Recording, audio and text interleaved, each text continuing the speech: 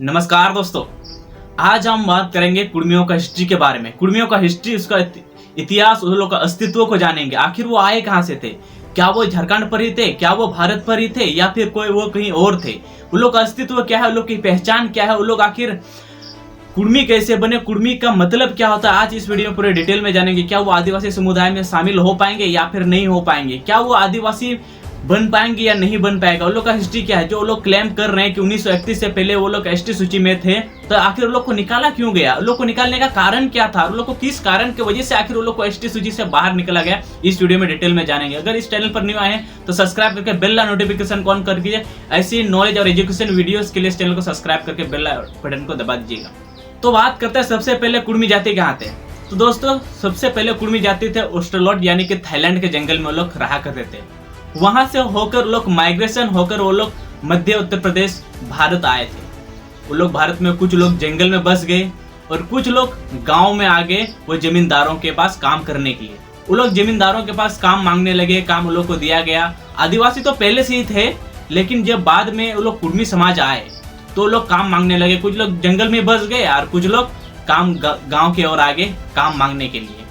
जब वो लोग जमींदारों के पास काम कर रहे थे, जब वो लोग जमींदारों के पास काम मांगने गए, काम कर रहे थे, तब 1800 में लगभग वो लोग, जब ब्रिटिश कंपनी आई थी हम लोग के भारत पर, तब उन लोगों ने ब्रिटिश के खिलाफ वो लोग कुर्मी की जगह, उन लोग को आर के जगह डी लिखा जाता था, इसीलिए उन लोग को कुर्मी बोला जाता था। लेकिन कुर्मी बोलने के साथ साथ कुर्मियों को शोषण करने लगा, कुर्मियों को अत्याचार करने लगा, कुर्मियों के साथ अवशोषण होने लगा। तब वो लोग को आर के जगह जो डी के जगह आर लिखा जाता था। जब लोग को कुर्मी नाम से पूरा भारत जानने लगा कि कुर्मी आदिवासी वो लोग नीच जाति के लोग हैं, वो लोग गिरे हुए जाति के, वो लोग दलित जाति के लोग हैं, इसीलिए वो लोग को क्रिमिनल ट्राइब एक्ट के तहत वो लोग को एक नाम दिया गया था।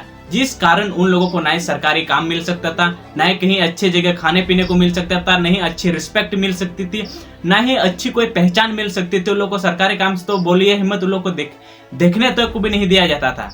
कुर्मी जाति का जहर पूरे भारत में फैल गया, हर गांव में फैल गया कि कुर्मी जाति आखिर दलित समुदाय से आते हैं, कुर्मी समुदाय एक गरीब समुदाय से आते हैं, इसलिए उन लोगों को कोई रिस्पेक्ट नहीं मिल रही थी, कोई कामकाज भी नहीं मिल रहा था, कोई लोग को काम भी नहीं दे रहा था। जमींदार लोग काम से भी उन लोग को निकाल दिए जा रहे थे। उन लोग को काफी अत्याचार और शोषण का सहना करना पड़ा। जब उन लोग को काफी शोषण किया गया, जब उन लोगों के साथ काफी अत्याचार किया गया, तब 1894 में बाबूराम धीन के अध्यक्षता में एक सभा का आयोजन किया गया और उस सभा का नाम रखा गया कुर्मी सदर सभा। और वो सभा हर जगह, हर साल अलग अलग जगह पर होती थी। आखिर कुर्मी समाज के लोगों को इतना दबाया क्यों जा रहा है, इतना शोषण क्यों किया जा रहा है, इस कारण के वजह से वो एक सभा बनाई गई थी बाबूराम धीन के अध्यक्षता में। कुर्मी जाति हर साल ऐसे ही अपने हक, अपने सामाजिक के लिए लड़ाई लड़ता रहा, अपने हक के ब्रिटिश सरकार से मांगता रहा कि अपने हक, अपने सामाजिक अधिकार के लिए लोग हक मांगते रहे। ऐसा ही 1901 में एक सामाजिक सुझावकार ने सुझाव दिया कि अगर हम लोग को बड़े समाज में जोड़ना है, अगर हम लोग को सरकारी काम लेना है, अगर हम लोग को सामाजिक में अगर हम लोग को पहचान बनानी है, हम लोग को इज्जत बनाए रखनी है, तो हम लोग को बड़े जाति का नाम धारण करना होगा, यानी कि क्षेत्रीय, अपनी जाति के पीछे अपनी क्षेत्रीय लगाना होगा। तब जाके हम लोग को सामाजिक सुधार या फिर किसी भी प्रकार का हम लोग को कामकाज मिलेगा। तब 1909 में कुर्मी सदर सभा नाम बदलकर अखिल भारतीय कुर्मी क्षेत्रीय महासभा का नाम रखा गया। तब वो अपने नाम के पीछे पटेल, वर्मा, सिंह ये सब जोड़ने लगे, बड़ी जाति का नाम लोग जोड़ने लगे कि आखिर हम लोग भी बड़ी जाति के लोग कहने लगे। वो लोग मैंने कि अपने नाम के पीछे वो लोग ये सब जोड़ने लगे। जब वो लोग पटेल, चौधरी, वर्मा ये सब जोड़ने लगे तो उन लोगों को 1935 में उन लोग को एसटी सूची से बाहर निकाल दिया गया। क्योंकि वो लोग एसटी सूची में पहले से इसलिए थे क्योंकि वो लोग दलित समुदाय से आते थे, वो लोग पिछड़े समुदाय से आते थे, इसीलिए उन लोग को एसटी सूची में शामिल किया गया था। लेकिन उन लोगों ने क्रिमिनल ट्राइब एक्ट के चलते उन लोगों ने बड़े जाति को चुना, बड़े जाति का नाम लेने के लिए सोचा। और उन लोगों ने तब से ही, उन लोगों ने जब 1909 में उन लोगों ने अपना टाइटल के पीछे ये सब लगाने लगे, टाइटल के पीछे ये सब चेंज करने लगे, अपने जमींदारों के मदद के वजह से, अपने जमींदारों के कहने के वजह से उन लोगों ने जब ये सब काम किया, तब 1909 में उन लोगों ने अपना जाति बदला। तब जाके उन लोगों को 1935 में उन लोगों को एसटी सूची से बाहर निकाल दिया गया, क्योंकि वो लोग ओबीसी समाज, वो लोग बड़े जाति में आते थे और एसटी सूची ये लोग गरीब पिछड़े जाति ये लोगों का था, और उन लोगों ने ये सब छोड़कर उन लोगों ने बड़े जाति का धारण कर लिया था 1935 में। इसीलिए उन लोगों को बाहर निकाला गया, क्योंकि उन लोगों ने अपना जाति को बदल दिया था। चौधरी, वर्मा, सिंह, इन सब के, पटेल, इस सब को लगाकर अपना जाति को बदल दिया। इस कारण के वजह से 1931 से 35 के बीच में इन लोगों को एसटी सूची से बाहर निकाल दिया गया। इसीलिए आज भी बड़े बड़े जगह पर, जैसे झारखंड, उड़ीसा, बंगाल में बड़े बड़े जगह पर उन लोगों ने आंदोलन करते रहते हैं कि हम लोग को एसटी सूची में शामिल कीजिए, एसटी सूची में शामिल कीजिए। लेकिन वो लोग इतिहास को भूल गए हैं कि आखिर उन लोगों के परदादाओं ने ही गलती करके उन लोगों ने, जब उन लोगों ने अपना जाति बदला, तब जाके उन लोगों को एसटी सूची से हटाया गया, एसटी सूची से बाहर निकाला गया। क्योंकि उन लोगों ने पटेल, चौधरी, सिंह, ये सब, अपना वर्मा, ये सब लगाकर ही खुद को बड़ा जाति बताने लगे, खुद को बड़ा जाति कहलाने लगे। वो लोग बड़े आदमी खुद को मानने लगे। इस कारण के वजह से ही उन लोग को एसटी सूची से बाहर निकाल दिया गया। क्योंकि एसटी सूची गरीब, दलित, पिछड़े जाति की क्रिमिनल ट्राइब एक्ट के तहत जिन लोगों को घोषित किया गया था, उन लोगों को ही एसटी सूची में शामिल करने का अधिकार और निर्णय दिया गया था। और जबकि वो लोग बड़े जाति बन गए, तब उन लोग को एसटी सूची में रहने का कोई अधिकार, यानी कि वो लोग बड़े जाति का होने लगे। इसीलिए उन लोगों को ओबी समाज में उन लोग को डाल दिया, ओबीसी समाज में उन लोग को स्पेशली डाल दिया गया। और 1950 के आते आते AR सोमलाल पटेल एक बहुत बड़े संघर्ष और मजबूत नेता बने। उन्होंने कुर्मी समाज के लिए उपाधि छोड़ो पटेल जोड़ो का नारा भी लगाया था, और नारा भी लगाया था जो आजकल हर कुर्मी समाज इस नारा का बावजूद है, इस नारा के काबिलियत बनते हैं, वो लोग बोलते भी हैं कि उपाधि छोड़ो पटेल जोड़ो का नारा उन लोगों ने खुद लगाया था, कि AR सोमलाल पटेल ने ये नारा दिया था उन लोगों को। सोमलाल पटेल राजनीति में भी बहुत मजबूत थे, लेकिन हालांकि उन्होंने 1995 में बौद्ध धर्म को अपना लिया था, ये बात अलग है। लेकिन सोमलाल पटेल एक बहुत ही चित्रित और मजबूत नेता बने थे। बहुजन समाज पार्टी के को फाउंडर, जो आज भी अपना दल कुर्मियों के पक्ष से जाने जाते हैं उत्तर प्रदेश में, जिसका आज 2 भाग हुआ है। एक है अपना दल S और दूसरा है अपना दल K। अपना दल S के नेता है अनुप्रिया पटेल और अपना दल K के नेता है पल्लवी पटेल। आज भी दोनों राज्यों के मुख्य नेता हैं, जैसे कि बिहार के नीतीश कुमार और छत्तीसगढ़ के भूपेश बघेल हैं।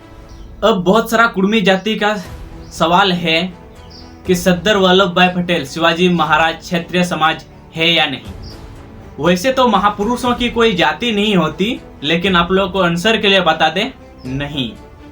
1913 से ही अखिल भारतीय कुर्मी क्षेत्रीय महासभा का आयोजन होने के बाद जब वो लोग पटेल की उपाधि ले रहे थे, तब विठल भाई पटेल उसकी उपाधि ले रहे थे, और उसकी मौजूदगी में ही वो लोग ये सब कर रहे थे, तो वो वहां पर उपस्थित थे, वो उस टाइम भी थे।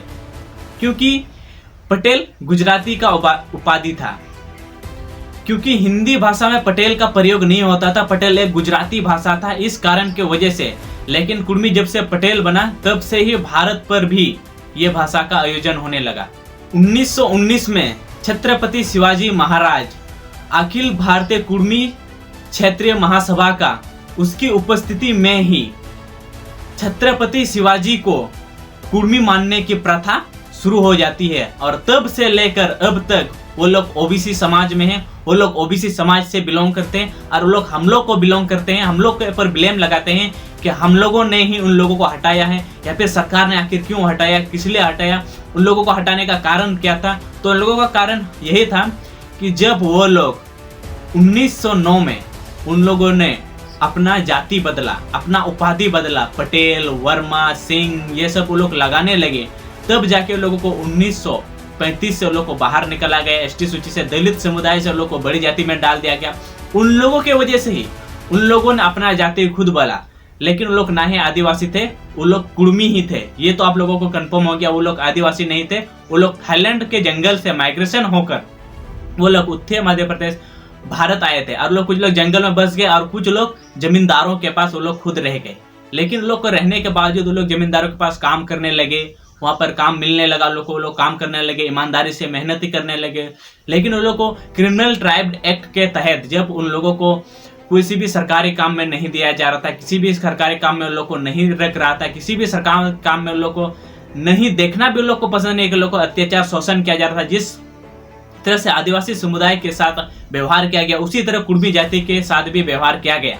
लेकिन उसके बावजूद भी जब उन लोग को सामाजिक दृष्टि से भी नीचे दिखने लगे, वो लोग अपना हक अधिकार के मांग करने लगे लोग तब से कि हम लोग को बड़ी जाति। लेकिन तभी से ही उन लोगों को 1901 में जब उन लोगों को एक सुझाव मिला कि हम लोग को क्षेत्रीय भाषा का हम लोग को बड़ी जाति का उपाधि लेना होगा, तब जाके हम लोग को सामाजिक में अच्छी नज़र से देखा जाएगा या फिर हम लोग को बड़ी जाति कहा जाएगा, बड़ी जाति माना जाएगा। तब से ही उन लोगों को ये सब करने लगे। तभी से ही 1935 में उन लोगों को एसटी सूची से बाहर निकाल दिया गया। लेकिन आप लोगों को ये तो कंफर्म हो गया कि ना ही वो लोग एसटी थे, वो लोग कुर्मी ही थे, वो लोग आदिवासी नहीं थे, वो लोग थाईलैंड के जंगल से माइग्रेशन होकर वो लोग भारत आए थे। ये तो आप लोगों को कंफर्म हो गया होगा।